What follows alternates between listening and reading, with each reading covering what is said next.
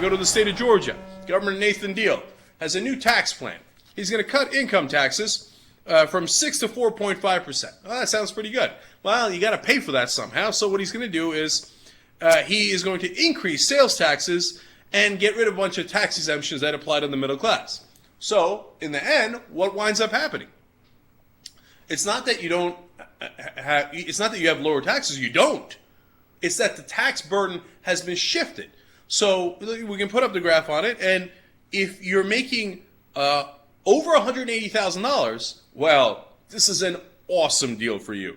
You are going to get about 10% decrease in your taxes. If you're making above $500,000, geez, Lord mercy, that's like a 17% decrease in your taxes. So if you're the richest of the rich, you get a huge, great, big package from Republican Governor Nathan Deal in Georgia.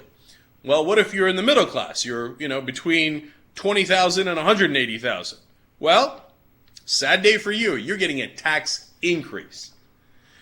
Look, anytime somebody talks about a sales tax, watch your wallet, okay? Now, sales tax is needed in cases, etc., and there could be a reasonable balance to it, right?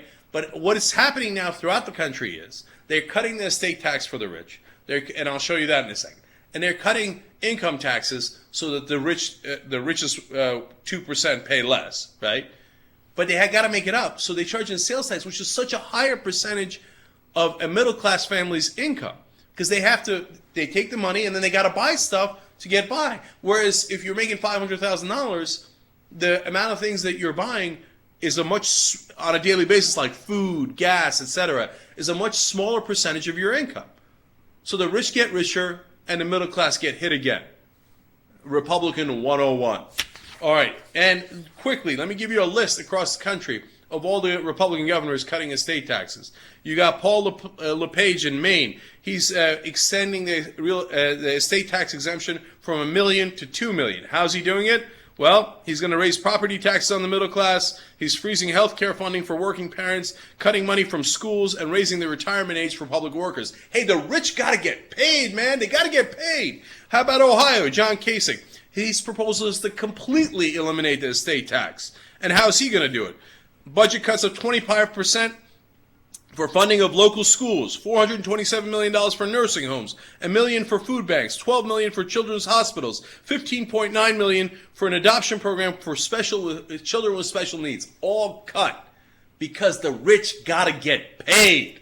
All right, how's New Jersey? Well, in the 2011 budget proposal for Governor Christie, he's raising the state's estate tax exemption from $675,000 to $1 million. So you get to exempt more of your money in New Jersey if you die, and your family gets to keep it. And how's he going to do that? Well, he's going to cut the state's earned income tax credit and homestead rebates for working poor families. The rich got to get paid, man. They got to have their estate tax cut. They got to have their income tax cut.